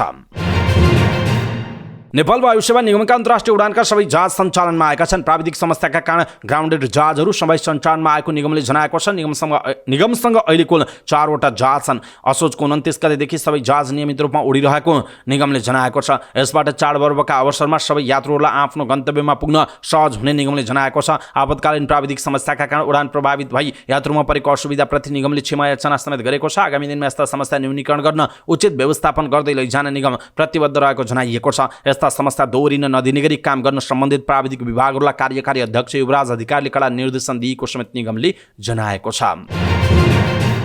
सरकारले यस वर्षको राष्ट्रिय भिटामिन ए कार्यक्रम आगामी कार्तिक 17 र 18 गते सञ्चालन गर्ने भएको छ। सरकारले प्रत्येक वर्ष पहिलो चरण कार्तिक 2 र 3 गते तथा दोस्रो चरण वैशाखको 6 र 7 गते गरी 2 पटक सो कार्यक्रम सञ्चालन गर्दै आइरहेको छ। तर यस वर्ष दशैं परेका कारण पहिलो चरणको कार्यक्रम कार्तिकको 17 गते र 18 गते तय गरिएको स्वास्थ्य सेवा विभाग अन्तर्गतको परिवार कल्याण महाशाखाले जनाएको छ। महाशाखाका प्रमुख डाक्टर विवेक कर्णलालका अनुसार 2 दिने अभियानमा 6 देखि 59 महिनाका करिब 32 लाख बालबालिकाहरूलाई भिटामिन ए क्याप्सुल खुवाइनेछ। यसैगरी 1 देखि 5 वर्षसम्मका 29 लाख भन्दा बढी बालबालिकाहरूलाई जुकाको औषधि खुवाइनेछ। आफ्नो घर नजिकको खोप केन्द्रमा लगेर बालबालिकाहरूलाई भिटामिन ए र जुकाको औषधि खुवाउन सकिन्छ। बालबालिकामा हुन सक्ने स्वास्थ्य जटिलता तथा कुपोषणको जोखिम न्यूनीकरण गर्नका लागि सरकारले 2050 सालदेखि राष्ट्रिय भिटामिन ए कार्यक्रम सञ्चालन गर्दै आएको छ। जुकाको औषधि भने 2056बाट खुवाउन थालिएको हो। यो कार्यक्रममा देशभरिका 52,000 स्वास्थ्य स्वयंसेविका र 15,000 स्वास्थ्य कर्मीलाई परिचालन गरिने डाक्टर लालले बताउनुभयो। स्वास्थ्य मन्त्रालयले भिटामिन ए कार्यक्रम सफल बनाउन 7वटै प्रदेश सरकार अन्तर्गतका सामाजिक विकास मन्त्रालय र स्थानीय तहलाई परिपत्र गरिसकेको छ। सप्तरीको डागनेश्वरी नगरपालिकाका मेयर रामलखन मलाहा बुधबार दिउँसोदेखि आफ्नै कार्यालयमा घेराबन्दीमा परेका छन्। वडा नम्बर 6 को पोखरी सम्बन्धी विवादमा सो वडाका बासिन्दाहरूले दिउँसो 2 बजेदेखि नगर प्रमुख मलाहालाई नगरपालिका बाहिर निस्कन नदिएको जनाइएको छ। वडा नम्बर 6 को पोखरी ठेक्का सम्बन्धी विवादमा दिउँसो नगरपालिका अगाडि भेला भएका स्थानीय बासिन्दाहरू पालिका घेराउ गरेर टार बाल्दै आन्दोलन सुरु गरेपछि तनावपूर्ण अवस्था बनेको थियो। सशस्त्र प्रहरीका डीएसपी र नेपाल प्रहरीका प्रहरी निरीक्षकको कमानमा ठूलो संख्यामा त्यहाँ सुरक्षाकर्मी नै परिचालन गर्नु परेको थियो। टेलिफोन सम्पर्कमा आएका नगर प्रमुख मल्लाहले आफू कार्यालयभित्रै रहेको र असन्तुष्टसँग वार्ता गरिएको प्रतिक्रिया पनि दिनुभएको छ। बुधबार साँझसम्म उनीहरूले मेयरलाई घेराबन्दीमा राखेको जनाइएको छ। नेपाल पत्रकार महासंघ रौतहटका अध्यक्ष प्रेमचन्द्र झा र उनका छोरा अविनाश झामाथि प्रहरीमा ज्यान मार्ने उद्योग तथा अङ्गभङ्ग सम्बन्धी मुद्दा दर्ता भएको छ। गौर नगरपालिका 3 को 45 वर्षीय सुनिता कुमारी श्रीवास्तवलाई निर्घात कुटपिट गरेको आरोपमा पत्रकार झा र उनका छोरामाथि जिल्ला प्रहरी कार्यालय रौतहटमा मुद्दा दर्ता भएको हो। रौतहटका प्रहरी प्रमुख एसपी महेन्द्र श्रेष्ठले पीडित महिलाका श्रीमान मनोज वर्माले पत्रकार झा र उनका छोरा विरुद्ध मुद्दा दर्ता गराएको जानकारी दिनुभयो। उनले अविनाश झा पक्राउ परेको र थप अनुसन्धान भइरहेको बताउनुभयो। कोटिएकी सुनिता नेकपा एमालेकी प्रदेश प्रतिनिधि हुनुहुन्छ। सुनिता र प्रेमचन्द्रको घर जोडिएको छ। सुनिताले घरको भेन्टिलेसन खोल्दा समस्या भएको भन्दै प्रेमचन्द्रले विवाद गर्दै आउनु भएको थियो। भेन्टिलेसन नखोल्ने सहमति तोडिएको भन्दै पत्रकार झा र उहाँका छोराले सुनितामाथि मरणासन्न हुने गरी कुटपिट गरेको बुझिएको छ। सुनिताको अहिले वीरगञ्ज स्थित नेशनल मेडिकल कलेजमा उपचार जारी छ। घटनापछि पत्रकार झा फरार छन्, उनको खोजी भइरहेको प्रहरीले जनाएको छ। उनीमाथि मधेस आन्दोलनका बेला भएको गौर हत्याकाण्डको आरोपमा समेत मुद्दा दर्ता भएको छ। नेपाल विद्युत प्राधिकरणले गत जेठदेखि असोजसम्म 11 अर्ब 80 करोड 28 लाख रुपियाँको विद्युत भारततर्फ निर्यात गरेको छ। प्राधिकरणले देशभित्र खपत गरी बचत भएको वर्षायामको विद्युत यस वर्ष गत 28 जेठबाट भारतीय बजारमा बिक्री सुरु गरेको थियो। प्राधिकरणले चालु आर्थिक वर्ष 2080-81 को साउन भदौ र असोज 3 महिनामा 9 अर्ब 64 करोड 54 लाख रुपियाँको विद्युत भारततर्फ निर्यात गरेको छ। असोज महिनामा मात्र 4 अर्ब 2 करोड 35 लाख रुपियाँको विद्युत निर्यात गरिएको छ। 3 महिनामा भारततर्फ निर्यात गरिएको विद्युतको औसत दर प्रति युनिट 10 रुपियाँ 27 पैसा छ। गत जेठ महिनाका 5 दिनमा 40 करोड 5 लाख र असारमा 1 अर्ब 75 करोड 70 लाख रुपियाँको विद्युत भारततर्फ निर्यात भएको थियो। त्यस्तै जेठ र असारमा भारततर्फ निर्यात गरिएको विद्युतको औसत दर प्रति युनिट 9 रुपियाँ 67 पैसा थियो। साउनमा 2 अर्ब 14 करोड 33 लाख, भदौमा 3 अर्ब 47 करोड 85 लाख र असोजमा 4 अर्ब 2 करोड 35 लाख रुपियाँको विद्युत भारतीय बजारमा निर्यात भएको छ। 3 महिनामा 9 अर्ब 64 करोड 54 लाख रुपियाँको विद्युत निर्यात भएको छ। साउन भदौ र असोज भारततर्फ निर्यात गरिएको विद्युतको औसत बिक्री दर प्रति युनिट क्रमशः 8 रुपियाँ 43 पैसा, 11 रुपियाँ 97 पैसा र 10 रुपियाँ 20 पैसा रहेको छ। 3 महिनाको विद्युत समग्र औसत बिक्री दर प्रति युनिट 10 रुपियाँ 27 पैसा छ। विद्युत निर्यातबाट नेपाल र भारत बीचको व्यापार घाटा कम गर्न र देशको विदेशी मुद्रा सञ्चितमा योगदान पुगेको जनाइएको छ। प्राधिकरणले देशभित्र खपत गरी बचत भएको विद्युत वर्षायामको विद्युत भारततर्फ निर्यात गर्दै आएको छ। भारतले नेपालका लागि कोटा तोकेर चामलको निर्यात खुल्ला गरेको छ। भारतको वाणिज्य विभागले निकालेको सूचनामा नेपालका लागि 95,000 टन चामल निर्यातको अनुमति दिएको उल्लेख छ। यो चामलको निर्यात भारतको राष्ट्रिय सहकारी निर्यात लिमिटेड मार्फत हुनेछ। भारतले गएको साउनको पहिलो हप्ता बासमती बाहेकका चामलको निर्यातलाई रोक लगाएको थियो। भारतले आफ्नो स्थानीय बजारमा मूल्यवृद्धि रोक्न भन्दै निर्यातमा प्रतिबन्ध लगाउँदा नेपालमा चामलको भाव बढेको थियो। नेपाल सरकारले 1 लाख टन चामल आयातको अनुमति दिन माग गर्दै भारत सरकारलाई पत्र लेखेको थियो। भारतले नेपाल सहित Cameroon, Ivory Coast, Malaysia, Philippines, Guinea र सेसेल्सका लागि कोटा तोकेर चामल निर्यात खुल्ला गरेको हो। दाङमा बुधबार दिउँसो 1 लाख रुपियाँ लुटेर भागेका 2 युवक पक्राउ परेका छन्। तुलसीपुरबाट 1 लाख रुपियाँ लुटेर भागेका 2 युवालाई प्रहरीले पक्राउ गरेको छ। पक्राउ पर्नेमा तुलसीपुर उपमहानगरपालिका 5 सम्झना टोलका 21 वर्षीय आयुष बेकर र 18 वर्षीय सुनिल मगर रहेको इलाका प्रहरी कार्यालय तुलसीपुरले जनाएको छ। तुलसीपुर 8 का दिनेश ओलीले बैंकबाट पैसा निकाले लगत्तै पिछा गरी उनीहरूले लुटेका थिए। पैसा लुटेको खबर पाउनासाथ इलाका प्रहरी कार्यालय तुलसीपुर, नयाँ बस पार्क र बेलुवा प्रहरी चौकीबाट प्रहरी परिचालन भएको थियो। तीनतर्फबाट प्रहरीले घेला हालेर लुटेराको खोजी थालेको थियो। प्रहरीले पिछा गर्दै जाने क्रममा तुलसीपुर 10 राई कल्याण क्षेत्रबाट उनीहरूलाई पक्राउ गरेको। पक्राउ परेकाहरूमाथि अनुसन्धान हुन बाँकी रहेको प्रहरीले जनाएको छ।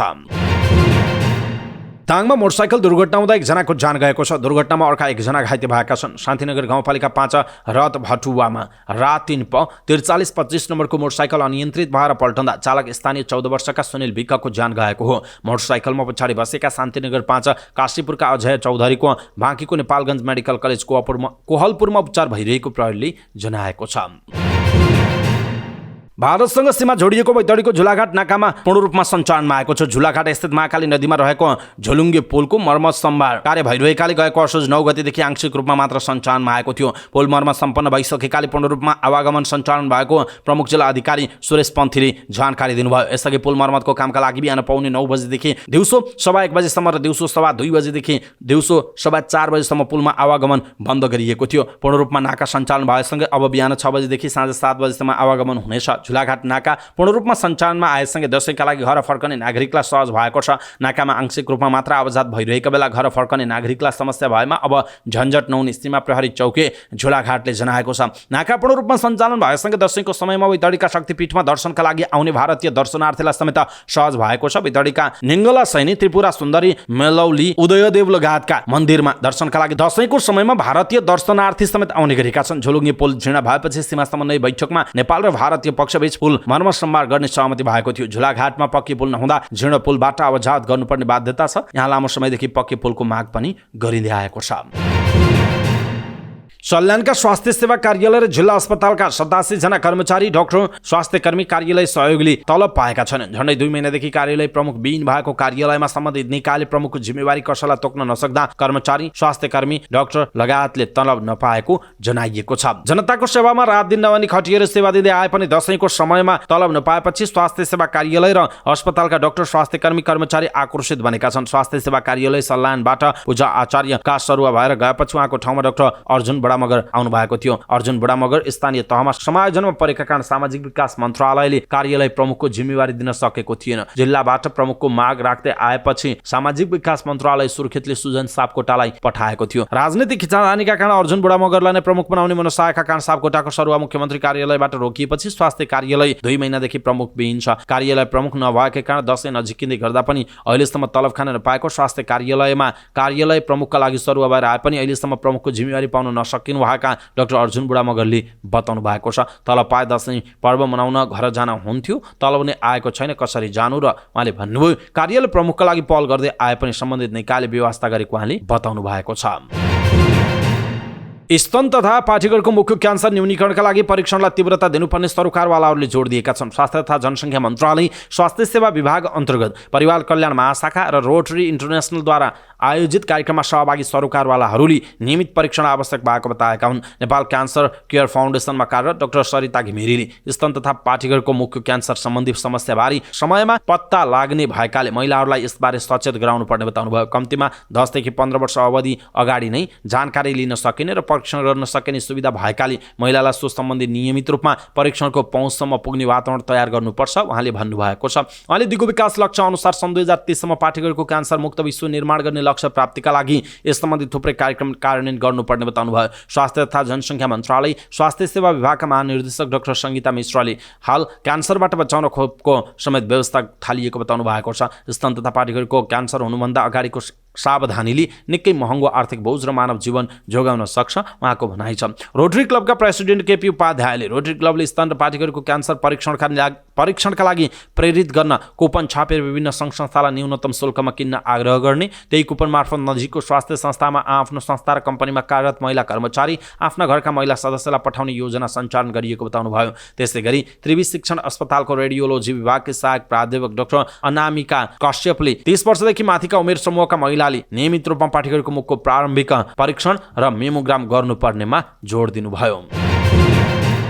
काभ्रेको पनौतीमा मोटरसाइकललाई ठक्कर दिएर भाइको गाडी पल्टँदा एकजनाको ज्यान गएको छ भने दुर्घटनामा अन्य 8 जना घाइते भएका छन्। बागमती प्रदेश 03-001J0298 नम्बरको इलेक्ट्रिक गाडीले बुधबार बिहान काभ्रेको पनौती नगरपालिका 5 सुन्दर बस्तीमा 65P1772 नम्बरको मोटरसाइकललाई ठक्कर दिएको थियो। मोटरसाइकललाई ठक्कर दिएर भाग्ने क्रममा उक्त गाडी सडक छेउको नालीमा खसेको थियो। गाडीमा चढेका 7 जना र मोटरसाइकलमा चढेका 2 जना घाइते भएका छन्। घाइते भएका 9 जनालाई उपचारका लागि धुलीखेल अस्पताल लगिएको थियो। घाइतेमध्ये गाडीमा यात्रारत रामेछापको मन्थली नगरपालिका 12 के 20 वर्षीय रमिला बुढाथोकीको मृत्यु भएको जिल्ला प्रहरी कार्यालय काभ्रेका सूचना अधिकारी डीएसपी राजकुमार श्रेष्ठका अनुसार धुलीखेल अस्पतालले बुधबार बिहान 7:35 बजे बुढाथोकीलाई मृत घोषणा गरेको थियो। गाडीका चालक काभ्रेको पनौती नगरपालिका 5 का 41 वर्षीय उपेन्द्र थापालाई प्रहरीले नियन्त्रणमा लिएको छ। घाइते हुनेमा गाडीका यात्रु रामेछापको मन्थली नगरपालिका 1 की 23 वर्षीय पुष्पा तामाङ, लेखु तामाकोशी गाउँपालिका 6 का 51 वर्षीय टङ्कप्रसाद दाहाल, मन्थली नगरपालिका 2 की 30 वर्षीय ज्ञानु ढुङ्गिल, मन्थली 1 का 18 वर्षीय रकिट ढुङ्गिल, लेखु तामाकोशी गाउँपालिका 6 का 38 वर्षीय अनिल आलिमगर, सिन्धुलीको सुनकोशी गाउँपालिकाका 3 का 31 वर्षीय उर्मिला घिमिरे रहनु भएको छ।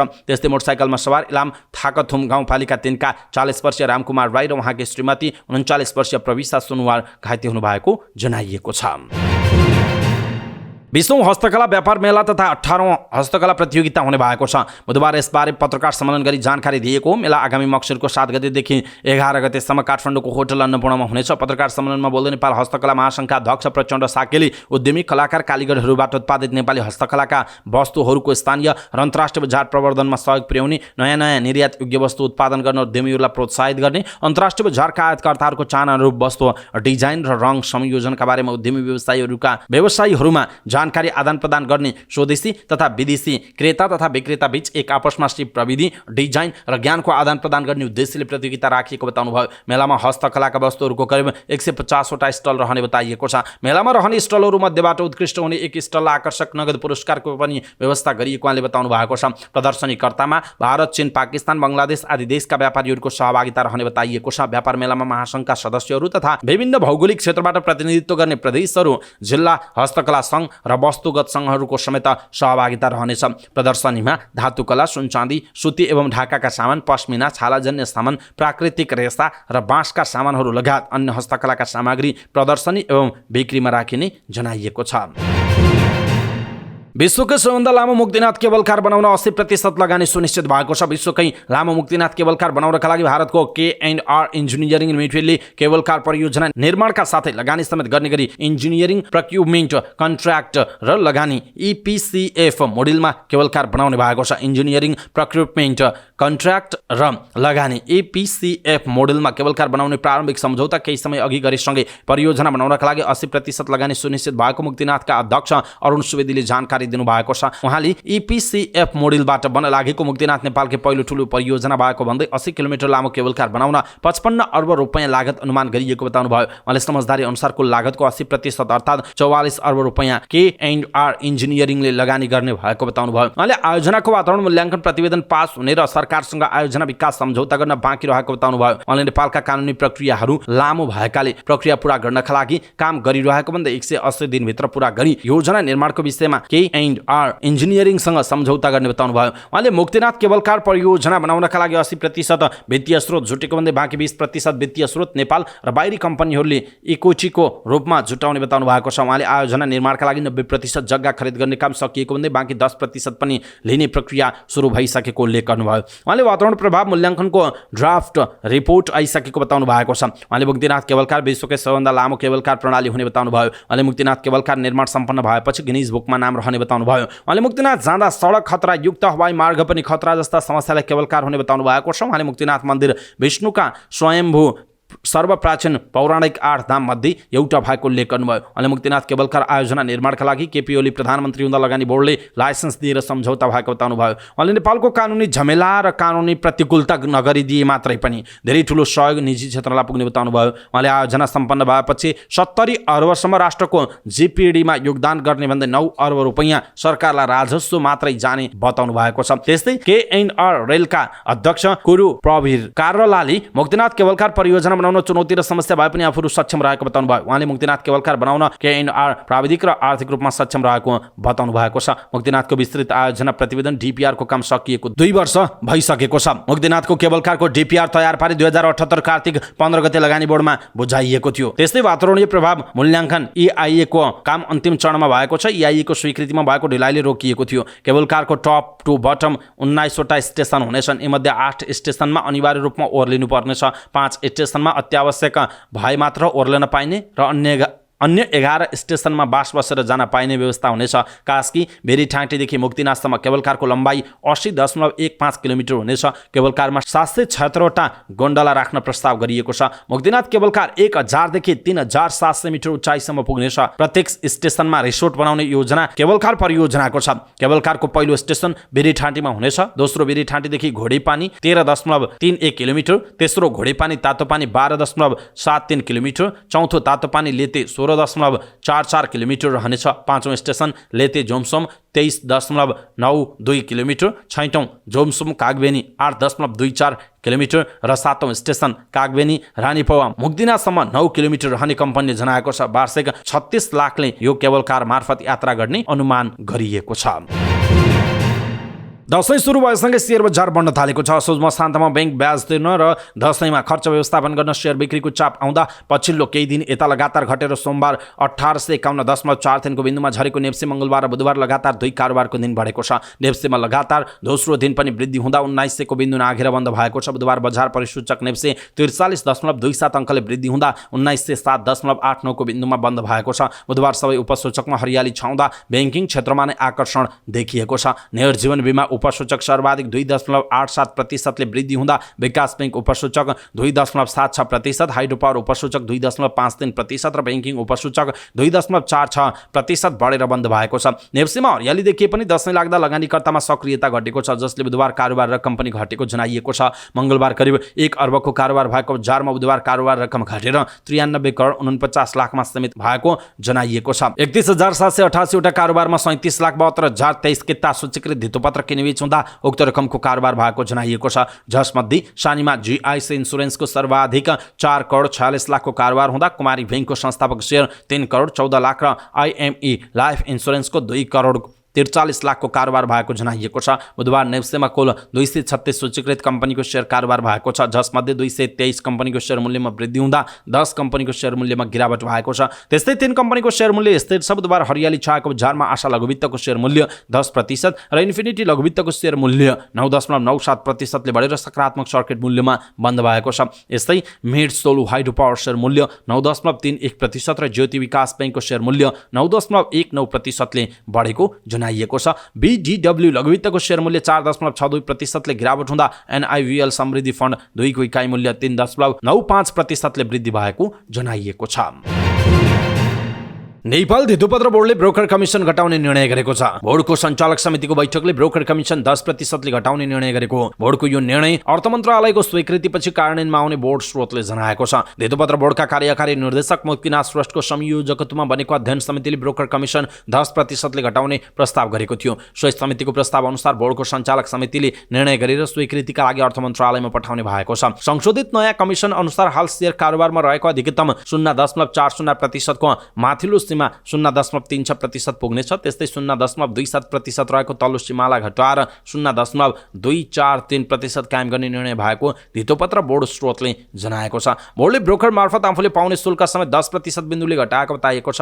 हाल बोर्डले ब्रोकरले दिएको सेवा शुल्कमा 0.6% नियमन शुल्क बापत ब्रोकर कम्पनीबाट प्राप्त गर्दै आएकोमा अब ब्रोकरबाट नियमन शुल्क बापत 0.54% ले लिने निर्णय भएको बोर्डले जनाएको छ। यस्तै लगानीकर्ताले गर्ने कारोबार बापत नेप्सेले प्राप्त गर्ने शुल्क बापत आफूले प्राप्त गर्ने कमिसन समेत घटाएको स्रोतले बताएको छ। उक्त शुल्क 7% बिन्दुले घटाएको छ। हाल लगानीकर्ताले कारोबार गर्ने रकमको 0.015% कमिसन बोर्डले प्राप्त गर्दै आएको छ। अब भने बोर्डले 0.014% कमिसन प्राप्त गर्ने जनाइएको छ। यसअघि बोर्डले 2077 पुष 10 गते ब्रोकर कमिसन घटाएर माथिल्लो सीमा 0.40% र तल्लो सीमा 0.27% कायम गरेको थियो। हाल 50,000 सम्मको कारोबारमा लगानीकर्ताले 0.40% कमिसन लाग्नेमा अब भने 0.3% लाग्ने भएको छ। त्यस्तै 50,000 देखि 5 लाखसम्मको कारोबारमा 0.37% रहेको कमिसन घटेर 0.33% कायम भएको छ। त्यस्तै 5 देखि 20 लाखसम्मको कारोबारमा 0.34% कमिसन रहेकोमा अब भने 0.306% कायम हुने बोर्ड स्रोतले जनाएको छ।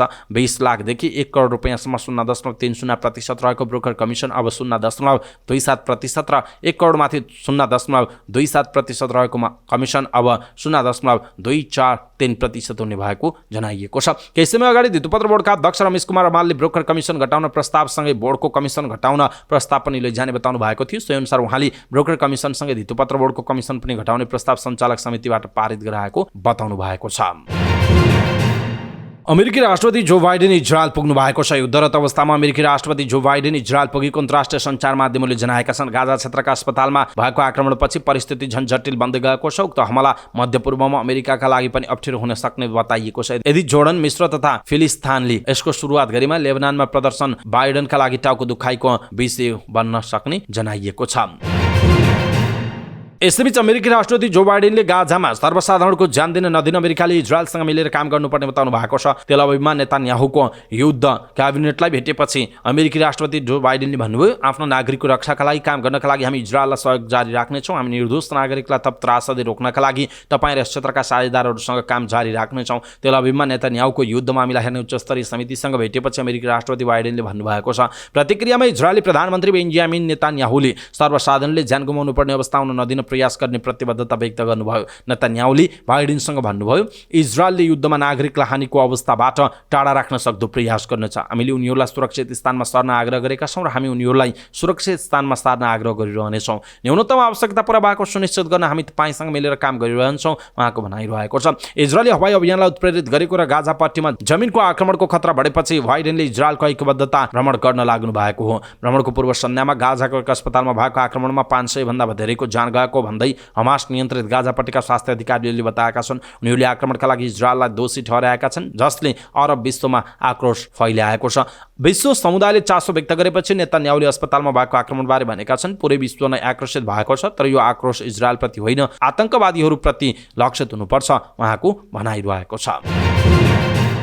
गाजा स्ट्रिपमा बालबालिकाको उमेर सोध्ने शैली पृथक छ। कुनै बालबालिकाको उमेर सोध्नु पर्यो भने उसलाई प्रश्न गरिन्छ कतिवटा इजरायली हमलाको सामना गर्यो। प्यालेस्टाइन समूह हमासले हमला गरेसँगै इजरायलले गाजामा आततायी आक्रमण गरिरहेको छ। उसले अस्पताल स्कुलमा पनि बमबारी गरेको छ। गाजामा 15 वर्षको अवधिमा इजरायलले ठुलो हमला गरेको यो 5औं पटक हो। 20,30,000 मानिस बसोबास गर्ने यस क्षेत्रमा बहुसंख्यक जनसङ्ख्या 18 वर्ष मुनिका छन्। अन्तर्राष्ट्रिय गैर सरकारी संस्था सेभ द चिल्ड्रेनका अनुसार त्यहाँका बालबालिका लगातार आघातमा बाँच्न विवश छन्। प्रत्येक 5 मध्ये 4मा चरम निराशा, भयङ्कर त्रास र दर्दनाक दुःखको स्थिति रहेको त्यस संस्थाको सर्वेक्षण छ। तीमध्ये आधा बालबालिका आफ्ना दौतरीको निधनका कारण आत्महत्याको सोचमा समेत पुगेको स्थिति छ। एक साता यता इजरायलले गाजामा गरेको हमलामा 1000 भन्दा बढी बालबालिकाको ज्यान गएको छ। बचेका बालबालिकाहरूको मानसिक स्थिति सही सलामत राख्न अभिभावकले हरसम्भव कोसिस गरिरहेका छन्। आफ्नो बच्चाको हविगतबारे अभिभावक जावर हज क्वेसी भन्छन्, मेरो बच्चा निकै त्रस्त छ, कुनै पनि आवाजमा भयभीत गएर उफ्रन्छ, कसैले अलिकति ठुलो स्वरमा मजाक गरे पनि उसले सहन सक्दैन। हरपल म उसलाई यो युद्ध अन्त्य हुन्छ भनेर सम्झाउने कोसिस गर्छु। आफ्नो छोरालाई शान्त पार्नका निम्ति उनले आफ्नो बच्चालाई युद्ध अन्त्यपछिको योजना सुनाउँछन्। आफूले सुनाउने योजनाले यो कठिन घडीमा बच्चालाई हौसला दिन सक्ने अपेक्षा कोइसीले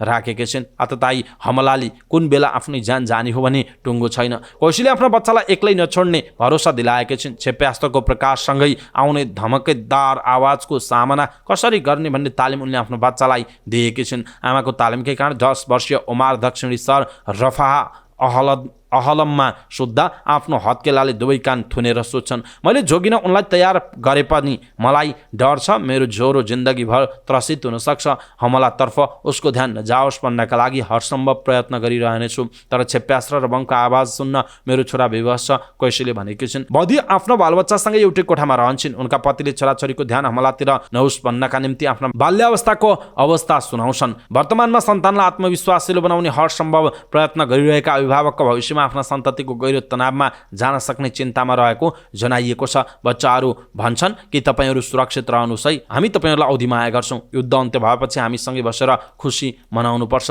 सलिमीकी 5 वर्षीय छोरी महिला अलग हुनुको चिन्ता छ। अल सिफा अस्पतालको आकस्मिक कक्षमा काम गर्ने उनका पिता हरेक रात घर आउन सक्दैनन्। कतै बुवालाई क्षेप्यास्त्र त लागेन, उहाँ किन घर आउनु भएन उनी सोध्छिन्। सलिमले सबै कुरा ठिकठाक रहेको आश्वस्त बनाउँदै बलियो हुन प्रेरित गर्छन्। यसरी गाजाका बालबालिका हामी खुसी छिन्दा पनि हाम्रा खुसीहरू छिन्दा पनि उनीहरू अगाएनन् भन्दै भनिरहेका छन् भनेर यो समाचार हामीले समय स्थान्तरित ठानेर यहाँहरूमा प्रस्तुत गऱ्यौँ। तपाईँलाई कस्तो लाग्यो आफ्नो कुरा तलको कमेन्ट बक्समा कमेन्ट गर्नुहोला। भारतको महत्त्वकांक्षी गगनयान अन्तरिक्ष मिसनको प्रगति तथा अवस्थाका विषयमा जानकारी लिन हालै भारतीय प्रधानमन्त्री नरेन्द्र मोदीले अन्तरिक्ष एजेन्सी इसरोका वैज्ञानिकसँग एउटा उच्चस्तरीय समीक्षा बैठक राख्नु भएको छ। उक्त बैठकका क्रममा इसरोले गगनयान अन्तरिक्ष मिसन सही ढङ्गले अगाडि बढिरहेको भन्दै मोदीलाई विश्वस्त बनाउने कोसिस गरेको जनाइएको छ। भारतीय अन्तरिक्ष विभागले प्रधानमन्त्री मोदी सामु गगनयान मिसनको विस्तृत विवरण प्रस्तुत गरेको छ। साथै उसले भविष्यका परियोजना तथा मिसनका बारेमा पनि बताएको छ, जसमध्ये 2वटा विषय निकै चाख लाग्दा छन्। पहिलो हो सन् 2035 सम्म भारतमा आफ्नै अन्तरिक्ष स्टेसन बन्नेछ र दोस्रो हो सन् 2040 सम्म चन्द्रमामा पहिलो भारतीय अन्तरिक्ष यात्री पुग्नेछन्। साथै इसरोले गगनयान मिसनका लागि आवश्यक पर्ने रकेटको निर्माण भइरहेको जनाएको छ। यो एउटा ह्युमन रेटेड लन्च भेहिकल हो। अब यो रकेटको आगामी 3वटा मानव रहित उडानका क्रममा 20 भन्दा धेरै मुख्य परीक्षण हुनेछन्। HLVM3 रकेटका माध्यमबाटै भारतीय वायुसेनाका पाइलटलाई अन्तरिक्ष यात्री बनाएर अन्तरिक्षमा पठाइने जनाइएको छ। इसरोको पहिलो परीक्षण उडान अक्टोबर 21 मा हुनेछ। गगनयान मिसनको अन्तिम प्रक्षेपण भने सन् 2025 मा हुने जनाइएको छ। युएईलाई 7 विकेटले पराजित गर्दै नेपालले त्रिकोणात्मक श्रृङ्खलामा सुखद सुरुवात गरेको छ। मूलपानी क्रिकेट मैदानमा युएईले दिएको 141 रनको लक्ष्य नेपालले कप्तान रोहित कुमार पौडेलको अर्धशतकसँगै 18.5 ओभरमा 3 विकेट गुमाएर भेट्टाएको छ। 51 रन जोड्दा 3 विकेट गुमाएको नेपालका लागि कप्तान रोहित पौडेल र दिपेन्द्र सिंह ऐरी अभिजित 129 रनको साझेदारी गर्दै जित दिलाए। पौडेल 51 र ऐरी 34 रनमा अभिजित रहे। टस हारेर ब्याटिङ गरेको युएईले वासिल हमिदको अर्धशतकको मद्दतमा निर्धारित 20 ओभरमा 7 विकेट गुमाउँदै 140 रन बनाएको थियो। उसको सुरुवात खराब थियो। टी20 अन्तर्राष्ट्रियमा डेब्यू गरेका विकेट किपर खालिद शाह पहिलो ओभरको अन्तिम बलमा डक आउट भए भने अलिसान सराफो पनि मात्र 6 रनमा आउट भए। 54 रन जोड्दा 4 विकेट गुमाएको युएईको पारी र वासिल हमिदले सम्हाल्ने प्रयास गरे। दुवैले 5औं विकेटका लागि 56 रनको साझेदारी गरे। नसिर 32 रनमा आउट भए। त्यसपछि पनि आक्रमक पारी खेलेका हमिदले अन्तिम ओभरको पहिलो बलमा आउट हुनु अघि अर्धशतक पूरा गरे। 36 बलमा 50 रन बनाएका उनले 51 रनमा आउट भए। आसिफ खानले 12 रन बनाए भने अरूले दोहोरो अङ्कमा रन जोड्न सकेनन्। नेपालका करण केसीले सर्वाधिक 3 विकेट लिए। गुलसन झाले 2 र सोमपाल कामी र अविनाश बोहराले समान 1-1 विकेट लिए। समाचार पार्टी न्युज बुलेटिनमा पालो भएको छ समाचार पार्टी हेल्थ टिप्स। आजको समाचार पार्टी हेल्थ टिप्समा हामीले यहाँहरूलाई क्यान्सर रोगको विषयमा जानकारी दिनेछौँ। खास गरी यसको अवस्था कस्तो कस्तो हुन्छ, कुन अवस्थामा क्यान्सर पूर्ण रूपमा निको हुन्छ, यसले पार्ने जटिलताहरू के हो र बच्नका लागि अपनाउन सकिने उपायहरू के हुन सक्छन् भनेर जानकारी दिनेछौँ। डाक्टर रोशन प्रजापतिले दिएको हेल्थ टिप्स हामीलाई अन्तिमसम्म हेर्नुहोला। सबै नेपालीहरूमा पुर्याउनका लागि यो हेल्थ टिप्स आफ्नो फेसबुक, ट्विटर लगायतका सामाजिक सञ्जालमा सेयर गर्न नबिर्सिनुहोला। इष्टमित्र आफन्तजनलाई मेसेन्जरमा पठाइदिनुहोला। क्यान्सर लाग्न साथ जीवन सकियो, निको नहुने रोग हो यो। यसले मृत्युको मुखमा धकेल्ने गर्छ भन्ने आम मानिसको बुझाइ पाइन्छ, जसका कारण क्यान्सर भएपछि बिरामी हतोत्साहित हुन्छन्, डराउँछन्। साँच्चै क्यान्सर लागेपछि निको हुँदैन त? क्यान्सर घातक रोग त अवश्य पनि हो, तर कस्तो क्यान्सर, कुन अङ्गको, कुन चरणको, धेरै कुरा यसमा निर्भर हुन्छ। क्यान्सर 2 प्रकारका हुन्छन्, हेमाटोलोजिकल ट्युमर ब्लड क्यान्सर र सोलिड ट्युमर शरीरको कुनै पनि अङ्गमा हुने क्यान्सर। यी दुवै खालको क्यान्सर पूर्ण रूपमा निको हुन्छन्, तर क्यान्सरको चरणमा भर पर्छ। क्यान्सरलाई 1 देखि 4 चरणसम्म विभाजन गर्न सकिन्छ। पहिलोदेखि तेस्रो चरणसम्म पूर्ण रूपमा निको हुन्छ भने चौथो चरणमा पुगेपछि भने निको बनाउन सकिँदैन। यदि पहिलेदेखि तेस्रो चरणसम्म फोक्सोको क्यान्सर, ब्रेस्ट क्यान्सर, पाठेघरको मुखको क्यान्सर, पेट तथा आन्द्राको क्यान्सर, ब्लड क्यान्सर पत्ता लगाउन सकेमा राम्ररी पूर्ण रूपमा निको बनाउन सकिन्छ। सुरुवाती वा पहिलो चरणमा आउनु अघि पनि एउटा चरण हुन्छ, त्यसबेला पत्ता लगाइयो भने 100% निको हुन्छ।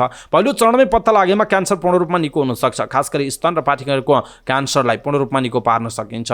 नेपालमा महिलाहरूमा पाठेघरको क्यान्सर बढ्दो छ, यो पनि सुरुवाती चरणमै पत्ता लागेमा पूर्ण रूपमा निको पार्न सकिन्छ। त्यसैगरी पेट र आन्द्राको क्यान्सर पहिलो चरणमै पत्ता लागेको अवस्थामा पूर्ण रूपमा निको हुने सम्भावना बढी हुन्छ।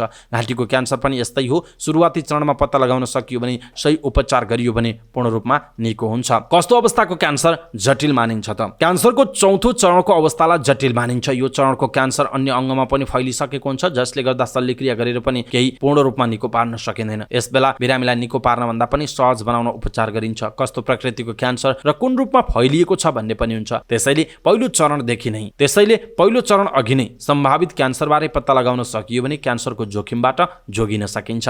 क्यान्सरको उपचार: radiotherapy, chemotherapy, immunotherapy, target therapy, शल्यक्रिया क्यान्सर उपचारका विधि हुन्। पहिला एउटै सर्जनले सबै क्यान्सरको शल्यक्रिया गरिन्थ्यो भने अहिले क्यान्सरको प्रकारअनुसार छुट्टा छुट्टै सर्जन छन्। अहिले नेपालमा धेरैजसो उपचार हुने भएकाले क्यान्सरका बिरामी विदेश जानुपर्ने अवस्था रहेको छैन। क्यान्सर भनेको जीवनको अन्त्य होइन, यो एउटा नयाँ जीवनको सुरुवात पनि हो। क्यान्सर निको भएर धेरैले सामान्य जीवन बिताइरहेका छन्। उनीहरूले सामान्य जीवन बिताउने मात्र नभई पूर्ण आयु बाँच्न सक्छन्। साथै बाल्यकालमा क्यान्सर भएका र उपचार गराएकाहरू पनि सामान्य अवस्थामा फर्किएका छन्। क्यान्सर लाग्यो भन्दैमा अत्याल्नु हुँदैन। आवश्यक स्वास्थ्य परीक्षण, स्वस्थ दिनचर्या, उपयुक्त खानपान र सक्रिय जीवनशैलीले क्यान्सरबाट जोगाउन सक्छ। क्यान्सरबाट बच्न के गर्ने त? क्यान्सर हुन नदिन सबैभन्दा पहिला त आफ्नो आनीबानीलाई व्यवस्थित बनाउनुपर्छ। जङ्क फुड र कोल्ड ड्रिङ्क्स सकेसम्म नखाने, धुम्रपान मद्यपान नगर्ने, नियमित व्यायाम गर्ने, सन्तुलित खानपान र शरीरमा केही परिवर्तन देखिएमा जाँच गराइहाल्ने गर्नुपर्छ। पाठेघरको मुखको क्यान्सर र स्तन क्यान्सर धेरै महिलामा देखिरहेकाले केही समस्या नभए पनि वर्षको एकचोटि महिलाहरूले पाठेघर र स्तनको परीक्षण चाहिँ गराउनुपर्छ। दर्शक महानुभाव, आज हामीले यहाँहरूलाई क्यान्सरको बारेमा जानकारी दियौँ। कुन अवस्थाको क्यान्सर पूर्ण रूपमा निको हुन्छ र यसका जटिलता के हुन्, यसको उपचार कसरी गर्ने अनि क्यान्सरबाट बच्न के गर्ने त भनेर हामीले यहाँहरूलाई हेल्थ टिप्स प्रस्तुत गर्यौँ। आजको हेल्थ टिप्स तपाईँलाई कस्तो लाग्यो आफ्नो कुरा तलको कमेन्ट बक्समा कमेन्ट गर्नुहोला। सबै नेपालीहरूमा पुर्याउनका लागि यो हेल्थ टिप्स आफ्नो फेसबुक, ट्विटर लगायतका सामाजिक सञ्जालमा सेयर गर्नुहोला। इष्टमित्र र आफन्तजनलाई मेसेन्जरमा पठाइदिनुहोला। हवस् त दर्शक महानुभाव, समाचारपाटी.com को न्युज बुलेटिन अहिलेका लागि यति नै। हामीले प्रस्तुत गरेका यी समाचारहरूप्रति तपाईँको धारणा के छ? आफ्नो धारणा तलको कमेन्ट बक्समा कमेन्ट गर्नुहोला। हाम्रो मेहनतका लागि यो भिडियोमा एउटा सानो लाइक अवश्य गर्नुहोला। दर्शक महानुभाव, पलपलको न्युज अपडेट हेर्नका लागि हाम्रो च्यानललाई तपाईँले अहिलेसम्म सब्सक्राइब गर्नुभएको छैन भने कृपया सब्सक्राइब गर्नुहोस् अनि नजिकै आउने बेल आइकनलाई क्लिक गर्नुहोला। समाचारपाटी.com को न्युज बुलेटिन नेपाली समयअनुसार आज साँझ 6 बजे लिएर फेरि हामी उपस्थित हुनेछौँ। पलपलको न्युज अपडेटका लागि समाचारपाटी.com हेर्दै गर्नुहोस्। नमस्कार।